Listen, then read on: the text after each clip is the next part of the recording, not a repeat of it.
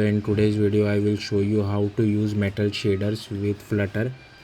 So metal shaders, if you don't know, are part of native iOS, so you can't use it with Android. So this is specifically for iOS, and this is just a basic tutorial. Also, I do know that there are shaders already available in Flutter, and in the future, due to Impeller, it might get even more advanced.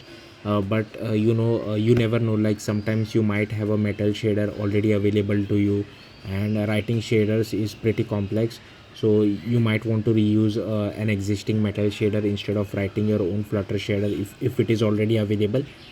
So yeah, that's what this video is about, just to get you started with shaders.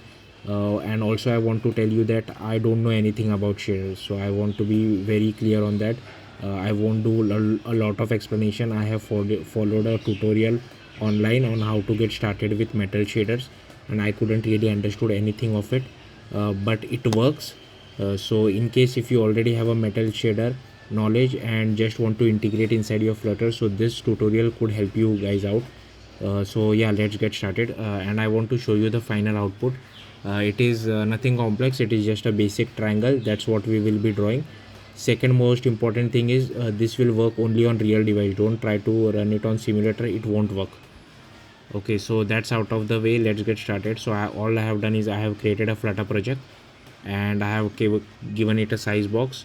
Inside that I have created our own custom widget, my metal view. Now if I go to my metal view dot, this is a stateless widget, and this won't work for Android, so don't try running it. And here we are just defining a UI kit view. The view type is my metal view. Okay, and yeah, that's it, nothing else. So this is like boilerplate code which we write for creating any kind of a native view. So open your iOS folder inside Xcode. Next what you have to do is, you have to right click on your project. So right click on runner, new file, and you have to search for metal. So I have already created this file, and I give it a name as shaders. So here you can see I have created this file, and just write this bit of code inside it. Now be careful, uh, like shaders language, what I have understood is kind of like C programming language, but not really. Like it is a little bit different as well, but it is more close to C programming language. And there is some concept of vertex shader and fragment shader which I am not really good at, so I won't dive much into it. But yeah, next what I will do is, I have created, go to your app delegate.swift, and here you will have to register your view and use the same name what you have defined it on the Dart side. And here I have created our my metal view native view factory. Okay, and here I have created that file.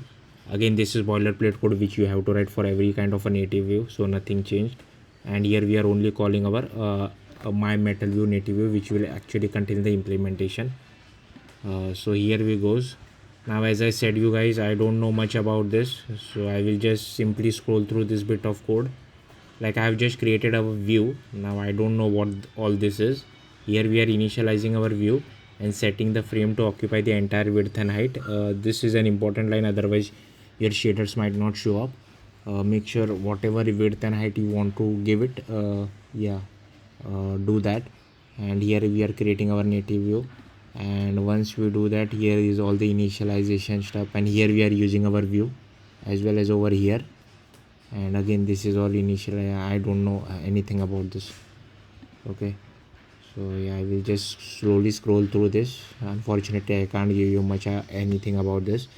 Yeah, and then you can run your code, or make sure you run it on a real device, otherwise it won't work. Yeah, that's it. Thank you for watching. Bye.